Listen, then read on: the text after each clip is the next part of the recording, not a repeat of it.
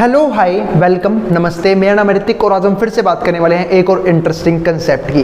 तो ये वीडियो उन बच्चों के लिए मोस्ट इंपॉर्टेंट है जिनका बिजनेस मैथमेटिक्स का एग्जाम होने वाला है, चाहे वो बीकॉम प्रोग्राम के बच्चे हों चाहे वो बीकॉम ऑनर्स के बच्चे हों, क्योंकि बीकॉम प्रोग्राम में ये सेम सब्जेक्ट सेमेस्टर 2 में है और बीकॉम ऑनर्स में सेम सब्जेक्ट सेमेस्टर 4 में है और दोनों ही सेमेस्टर में ये वाला टॉपिक है। तो चलो फिर बात करते हैं फिर एक और टॉपिक की। तो पिछली वीडियोस में हमने बात करी थी सक्सेसिव डिफरेंशिएशन के ऊपर, यानी कि हायर ऑर्डर डेरिवेटिव के ऊपर, और हमने एप्लीकेशंस की शुरुआत भी कर दी थी। एप्लीकेशन के ऊपर ये मेरी दूसरी वीडियो है और यही हमारी आखिरी वीडियो होगी एप्लीकेशंस के ऊपर। इसके बाद सिर्फ कुछ क्वेश्चंस होंगे, ठीक है। कंसेप्ट की, एप्लीकेशंस की ये आखिरी वीडियो होगी। तो चलो फिर शुरू करते हैं एक और इंटरेस्टिंग टॉपिक के साथ। तो क्या ये एप्लीकेशन ऑफ सक्सेसिव डिफरेंशिएशन यानी कि हायर ऑर्डर डेरिवेटिव की यूजेस कहाँ करते हैं, और इस वीडियो में समझने वाले हैं मैक्सिमा मिनिमा का कंसेप्ट कि मैक्सिमा मिनिमा क्या होता है या फिर मैक्सिमम वैल्यू और मिनिमम वैल्यू क्या होती है। तो ये भी एक इंटरेस्टिंग कंसेप्ट है, ठीक है, सेकंड ऑर्डर डेरिवेटिव का या फिर हायर ऑर्डर डेरिवेटिव का, ठीक है। ध्यान रखना इसे हम एक्सट्रीम वैल्यू भी बोलते हैं, ठीक है। तो चलो देखते हैं यहाँ पे क्या लिखा हुआ है, determining the relatively extreme values of functions, ठीक है। तो बात ये कैसे निकालेंगे भैया हम एक्सट्रीम वैल्यू किसी भी फंक्शंस के। तो उसके लिए आपको सबसे पहले वो फंक्शन लिखना होगा जिसको हमें या तो मैक्सिमम दिखाना है या फिर मिनिमम दिखाना है, ठीक है। तो मैंने फंक्शन लिख लिया y = f(x), जो भी फंक्शन आया उसका उस टाइम क्या कर दोगे आप, डेरिवेटिव कर दोगे। क्या कर दोगे, डिफरेंशिएशन। तो फंक्शन आया उसका मैंने क्या कर दिया, डेरिवेटिव कर दिया, differentiate with respect to f(x), with respect to x। तो y क्या हो जाएगा, y का 1 तो हो जाएगा इनटू में dy/dx, यहाँ पे क्या आ जाएगा f डेरिवेटिव x। अब जो भी डेरिवेटिव आया ना उसे रख दोगे 0 के बराबर। कहाँ रख दोगे, 0 के बराबर। क्यों रखना है, क्योंकि हमने डेरिवेटिव सब बताऊंगा। तो जो भी डेरिवेटिव आया उसे आप रख दो 0 के बराबर, ठीक है, और वहां से निकाल लो x की वैल्यू। अब जो x की वैल्यू जो आई है ना, इसी में फंक्शन या तो मैक्सिमम होगा, यानी कि इसी में फंक्शन या तो मैक्सिमा होगा या मिनिमा होगा, ठीक है। पता भैया हमें कौन बताएगा फंक्शन उस वैल्यू पे मैक्सिमा है या मिनिमा है, उसके लिए हम हेल्प लेंगे किसकी, सेकंड ऑर्डर डेरिवेटिव की। किसकी हेल्प लेंगे, सेकंड ऑर्डर डेरिवेटिव की। अब बात भैया ये कैसे बताएगा, अगर सेकंड ऑर्डर डेरिवेटिव 0 से बड़ा आया यानी कि पॉजिटिव आया तो मिनिमा हो जाएगा। अगर सेकंड ऑर्डर डेरिवेटिव 0 छोटा यानी कि नेगेटिव आया तो फंक्शन उसी पॉइंट पे मैक्सिमा हो जाएगा। अगर सेकंड ऑर्डर डेरिवेटिव 0 आ गया उसे हम बोलते हैं पॉइंट ऑफ इन्फ्लेक्शन, यानी कि नाइदर मैक्सिमा नोर मिनिमा, ना तो मैक्सिमा आया ना ही मिनिमा आया। चलो आगे देखते हैं, क्वेश्चन लिखा हुआ है, क्या लिखा हुआ है, find relatively extreme values of function. हमें क्या निकालना है, relatively extreme value of function. ये रहा फंक्शन क्या है, y = में x² - 27 अपॉन में x - 6 and also determine maxima and minima, ठीक है। अब यहाँ से एक मिनट के लिए रुकते हैं। दो चीज़ होती हैं किसी भी क्वेश्चन में, एक तो होता है मैक्सिमा, एक होती है मैक्सिमम वैल्यू, एक होता है मिनिमा, एक होती है मिनिमम वैल्यू। मैक्सिमा का मतलब होता है वो पॉइंट जहां पे फंक्शन मैक्सिमम आंसर देगा, और मैक्सिमम वैल्यू क्या होती है, वो पॉइंट रखने के बाद फंक्शन ने जो आंसर दिया है।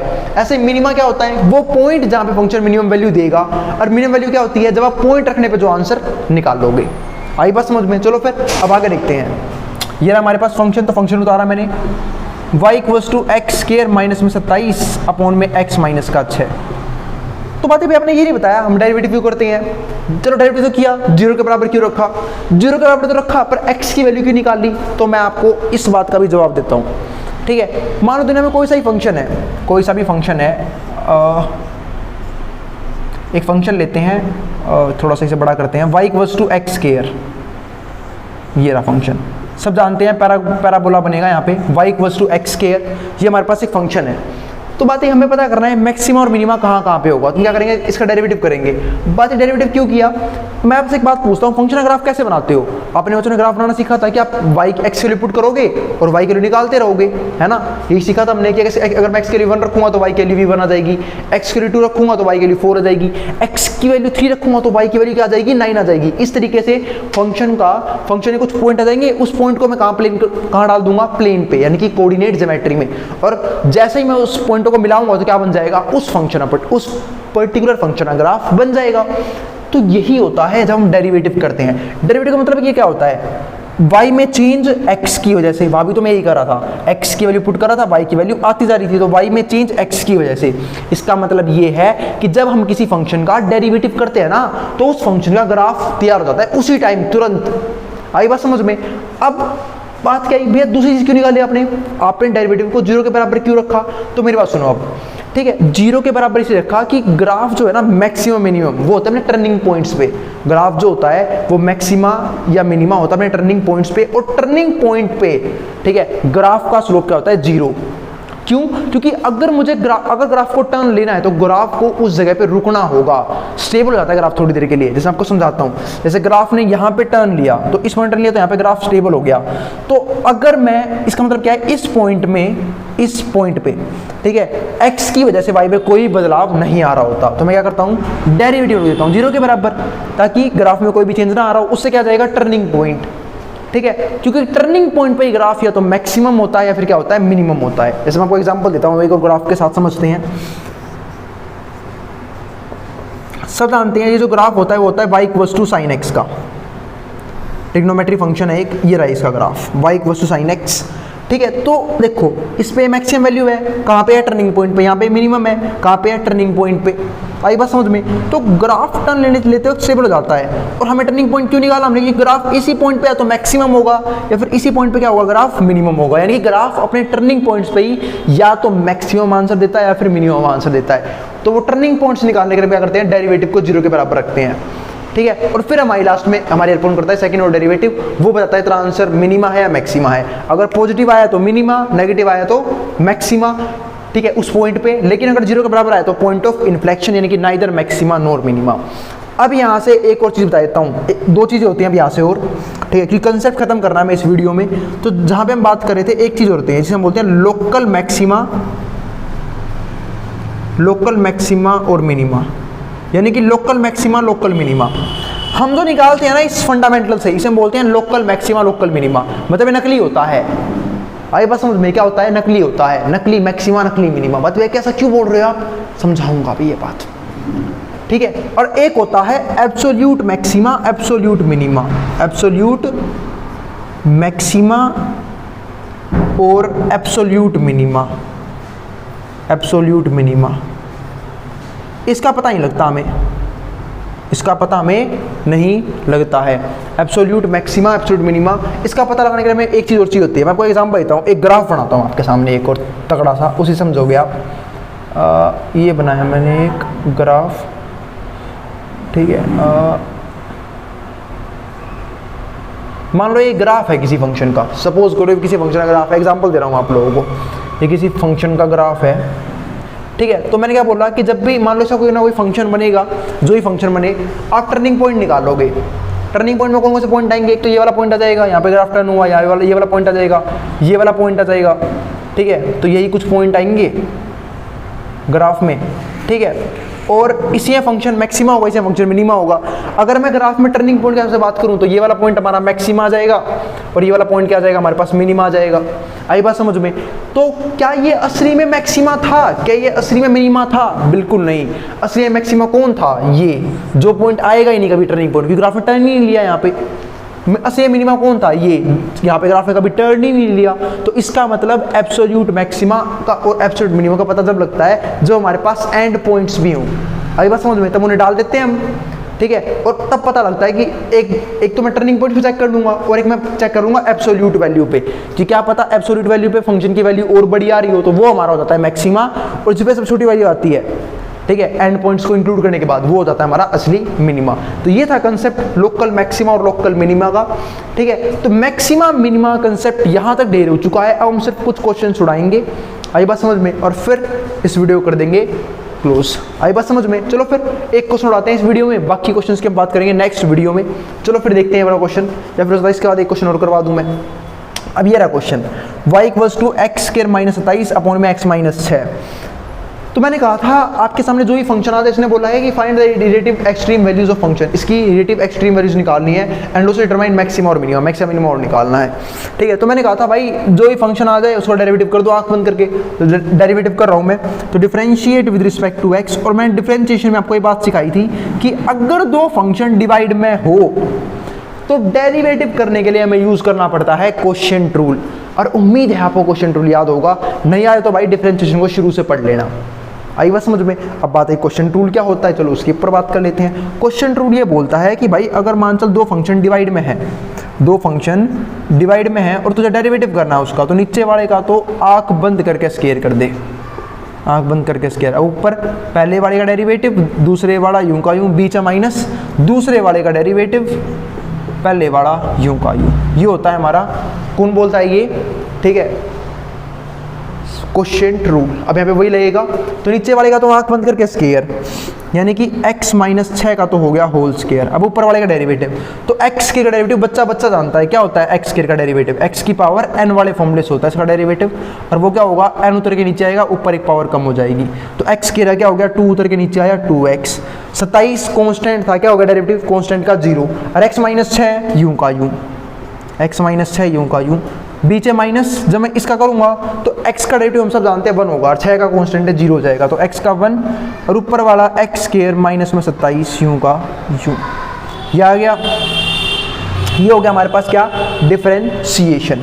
अब हम जानते हैं ये हमारे पास, और y का 1 तो हो जाएगा इंटू में dy बाई dx, ये आ गया हमारे पास dy बाई dx की वैल्यू, जो भी dy बाई dx आया उसमें क्या कर दूंगा, रख दूंगा 0 के बराबर, और जैसे 0 के बराबर रखा तो यहाँ से क्या आंसर आएगा, इसको सोल्व कर लेते हैं। 2x इंटू में x क्या हो जाएगा, 2x स्क्वायर, और इसकी जब इससे करूँगा तो माइनस में 12x, 6 दूनी 12, 12x, और यहाँ पे माइनस में x स्क्वायर, और अंदर भेजूंगा तो प्लस में 27, और नीचे हमारा ये यूं का यूं रहेगा, क्या, x माइनस 6 का होल स्क्वायर बराबर रख दिया 0 के, ताकि क्यों, ताकि टर्निंग पॉइंट्स ग्राफ के आ जाए।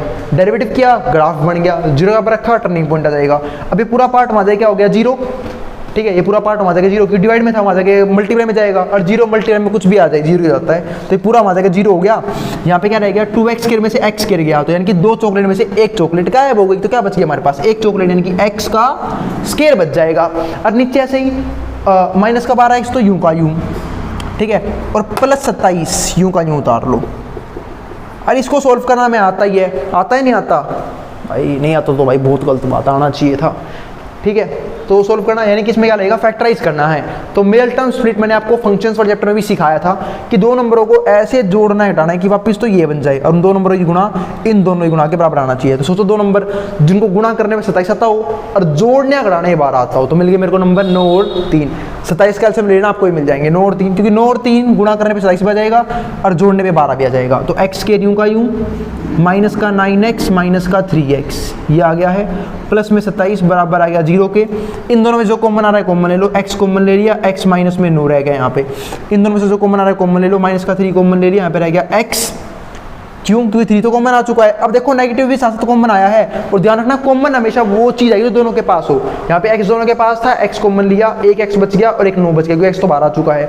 यहाँ से -3 कॉमन लिया है, ठीक है। और जब जब माइनस बाहर कॉमन आता है वो सिंबल चेंज करता है, प्लस को क्या कर देगा माइनस, और ये दोनों सेम बनेंगे। अब देखो 27 से मैंने 3 कॉमन कैसे लिया होगा, 27 को मैंने लिखा होगा, क्या लिखा होगा, बाकायदा लिखा होगा 9 गुना में 3, तभी वो 3 मैंने बाहर कॉमन लिया है। यहाँ पे क्या रह गया x और यहाँ पे क्या रह गया 9, बन गया दोनों सेम। अब पूरे में से क्या कॉमन आ रहा है, पूरे में से कॉमन आ रहा है x माइनस का 9, पूरे में से कॉमन आ गया x माइनस का 9, और यहाँ पे क्या रह गया x माइनस का 3 बराबर आ गया 0 के। अब ये तो एक बार ये बराबर 0, एक बार ये बराबर 0, तो x की वैल्यू आ गई 9 और x की वैल्यू क्या आ गई 3। तो फंक्शन इन्हीं पॉइंट्स पे मैक्सिमा होगा, इनमें से किसी पॉइंट पे मैक्सिमा होगा, इनमें से किसी पॉइंट पे मिनिमा होगा, ठीक है। अब बात है कौन सा पॉइंट मैक्सिमा का है, कौन सा पॉइंट मिनिमा का है, कौन बताएगा, ये बताएगा सेकंड ऑर्डर डेरिवेटिव। कौन बताएगा, सेकंड ऑर्डर डेरिवेटिव। तो चलो करते हैं शुरू। सेकंड ऑर्डर डेरिवेटिव तो कहाँ पिक कर रहे हैं, सेकंड ऑर्डर डेरिवेटिव यहाँ पे करते हैं। अब करना है हमें इसका अगेन डिफरेंशिएशन, ठीक है, वो थोड़ा सा और भारी पड़ेगा। अगेन डिफरेंशिएशन, पहले डेरिवेटिव कहाँ पे खत्म हो गया था हमारा, dy बाई dx हमने यहाँ पे खत्म कर दिया था डेरिवेटिव। अब इसका हमें करना है यहाँ से अगेन डिफरेंशिएशन, तो करो भाई अगेन डिफरेंशिएट इसे। तो dy बाई dx से क्या हो जाएगा, d2y by dx2, d2y by dx2। ध्यान सोल्व करना। अब सिर्फ हमें पता लगाना है कि देखो इन्हीं पॉइंटों में, मैंने क्या बताया था, इन्हीं पॉइंटों में से कोई मैक्सिमा होगा, इन्हीं में से कोई मिनिमा होगा, पर वो बताएगा कौन, वो बताएगा सेकंड ऑर्डर डेरिवेटिव, क्यों, कौन सा मैक्सिमा है कौन सा मिनिमा है, तो वो ये बताएगा। तो मैं अगेन डिफरेंशिएशन कर रहा हूँ फिर से। यहाँ पे क्या लगेगा, क्वोशिएंट रूल। तो नीचे वाले का तो आंख बंद करके स्क्वायर, यानी क्या आ गया x माइनस 6 का होल स्क्वायर। तो x माइनस 6 का होल स्क्वायर क्या हो जाएगा, x माइनस 6 की पावर में 4, ठीक है। अब डेरिवेटिव करूंगा। अब देखो इसका डेरिवेटिव बना है इस पूरे का, और इस पूरे का जब डेरिवेटिव करने गया मैं, ठीक है, तो ये सोल्व हो गया हमारा, ध्यान से देखना, ये बन गया था, ठीक है। और 2x स्क्वायर में से x स्क्वायर गया तो ये बन गया था x स्क्वायर, ठीक है। और -12x का 12, और 27 तो हमारा कांस्टेंट रह गया था, ये रह गया था, मतलब ऊपर वाला पार्ट हमारा सोल्व हो गया, ये बन गया था। इसका करो डेरिवेटिव, तो एक्स स्क्वायर का क्या हो जाएगा 2x और -12x का -12, ये आ गया ऊपर वाले पार्ट का डेरिवेटिव। क्योंकि ध्यान से देखना, ऊपर वाला पार्ट सोल्व करके मैंने ये लिखा था, फिर मैंने इसको ये बनाया था, ठीक है। तो इसको मैंने डेरिवेटिव कर दिया। एक्स स्क्वायर का क्या हो जाएगा, x की पावर n वाले फॉर्मूले से 2 उतर के नीचे आया, ऊपर एक पावर कम होगी, और 12x का 12, क्यों 5x का 5 नहीं होता, 100x का 100 नहीं होता, 500x का 500 नहीं होता, तो 12x का क्या हो जाएगा 12, तो माइनस का 12 आ गया, ठीक है। और अब नीचे वाला पार्ट यूं का यूं, नीचे वाला पार्ट कौन था, x - 6 का होल स्क्वायर, वो यूं का यूं, अब बीच में प्लस, अब मैं करूंगा उसका डेरिवेटिव, किसका डेरिवेटिव, x - 6 के होल स्क्वायर का, इसका करना है ना, इसका डेरिवेटिव कर दिया, ये यूं का यूं, अब इसका करूंगा तो 2 उतर के नीचे आएगा, 2 उतर के नीचे आया, x - 6 यूं का यूं, अब इसे x मानना था थोड़ी, इसे क्योंकि x की पावर n से करना है ना डेरिवेटिव, इसे x मानना था, x करने से 2 उतर के नीचे आया, ऊपर एक पावर कम होगी, अब इसे x मानना था थोड़ी, तो अगर आप करोगे डेरिवेटिव तो x का डेरिवेटिव 1 हो जाएगा, 6 का 0, और 1 को क्या ही लिखूंगा मल्टीप्लाई में। अब ऊपर वाला पार्ट यूं का यूं, और ऊपर वाले पार्ट में क्या था, या तो ये लिख लो या फिर लिख लो यही जो यहाँ पे था, सोल्व हो गया, एक्स स्क्वायर माइनस में क्या आ जाएगा 12x और प्लस 27, ये आ गया हमारे पास, ठीक है। और नीचे तो हमारे पास है ही x - 6 का होल स्क्वायर।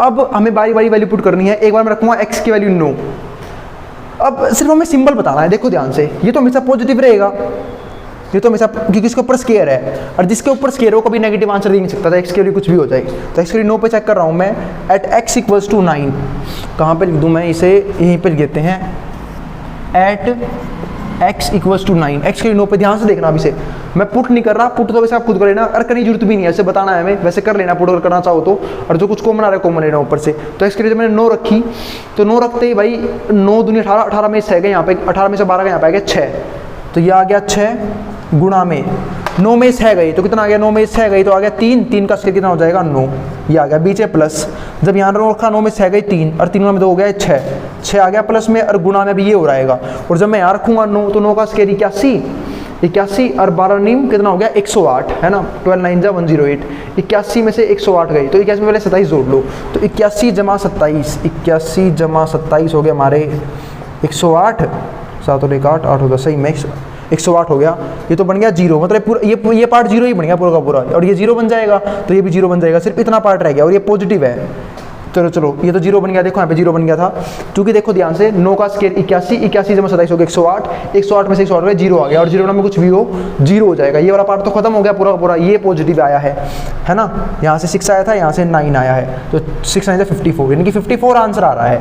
तो मैं एट x = 9 d2y/dx2 क्या आया, 0 से बड़ा, तो फंक्शन इज मिनिमा, सॉरी 0 से बड़ा है ना, हाँ तो मिनिमा ही आएगा, मिनिमा एट x = 9, x बराबर 9 पे मिनिमा है। अब उसने बोला था मिनिमम वैल्यू और निकाल दियो, मिनिमा तो पता कर लिया, अब मिनिमम वैल्यू क्या होगी इसकी, फंक्शन में रख दो इसे, मैंने आपको समझाया था ना, मिनिमा और मिनिमम वैल्यू अलग बात होती है, तो मिनिमम वैल्यू निकालने के लिए इस x की वैल्यू 9 को फंक्शन में रख दो, फंक्शन क्या ही रहा, तो 9 का स्क्वायर 81 में 27 गए, कितना बच जाएगा, 81 में 27, 11 में 7 गए 4, और 5 में से 2 गए 7, सॉरी 5 में से 2 गए 81, 1 बच गया था, 7 में से 2 गए 5, तो 54 आ गया, और नीचे यहाँ पे 9 रखा, 9 में से गए 3, तो इससे कट गया 54, कट गया 3 पे 18 पे, ठीक है ना, काटना आपको, डिवाइड करना तो आपको आता ही होगा, 3 के पारे 5 आता नहीं, 3 आएगा 1 पे, 2 रह गया 24 आएगा, 8 पे 18 आ गया, यानी कि मिनिमम वैल्यू तो आ गई 18।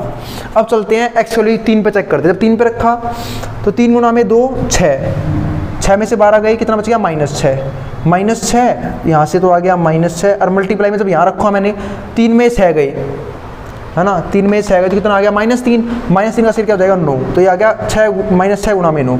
अब 3 मैंने रख के देखा तो 3 का स्क्वायर यहाँ तो आ गया हमारे पास, चलो यहाँ पे रख लेते हैं, बीच में आएगा प्लस, अब 3 में 6 गई, फिर से कितना आया -3, क्योंकि 3 में 6 घट रहे हैं, छोटी में से बड़ी चीज़ घट रही है, इतना पता होना चाहिए, 3 में 6 गई -3 गुणा में 2 कितना हो गया -6, तो यहाँ से तो मल्टीप्लाई में आया -6, मल्टीप्लाई में जब आगे रखा 3 का स्क्वायर 9 और जमा में 27, कितने हो गए 36 और 12 से 36 0 हो गया, तो पूरा पार्ट 0 ही हो जाएगा फिर तो, क्योंकि फिर से 0 हो रहा है, ये 3 का स्क्वायर 9, 27 और 36, और यहाँ से 36 आ रहा है, 0 हो गया, तो पूरा पार्ट, ये वाला पार्ट फिर से 0 हो गया, तो सिर्फ यहाँ रखा हमने, कितना है 54, यानी कि नेगेटिव आ रहा है, तो मैं क्या बोल दूंगा f d2y/dx2 क्या आया, 0 से छोटा, नेगेटिव आया ना, तो फंक्शन क्या हो जाएगा maxima, function is maxima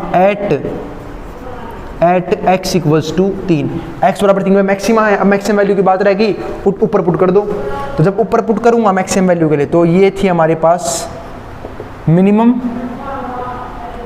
value. अब अगर मैक्सिमम की बात करूं तो यहाँ पुट करो, तो 3 का स्क्वायर कितना हो जाएगा, 3 का स्क्वायर हो गया हमारे पास 9, ठीक है। और 9 में 27 कितना आ गया, 9 में 27 घट गए, तो 9 में से 27 गई तो आ गया हमारा माइनस का 18, ये आ गया। और 3 में से गई कितना आ गया, माइनस का 3, माइनस का 3, 3 में से गई तो आ गया माइनस का 3, इससे कट गया, ठीक है। और 3 से 18 गया कितने पे, 6 पे। तो ये हमारे पास है मैक्सिमम वैल्यू, ये हमारे पास क्या आ गया, मैक्सिमम वैल्यू, ठीक है।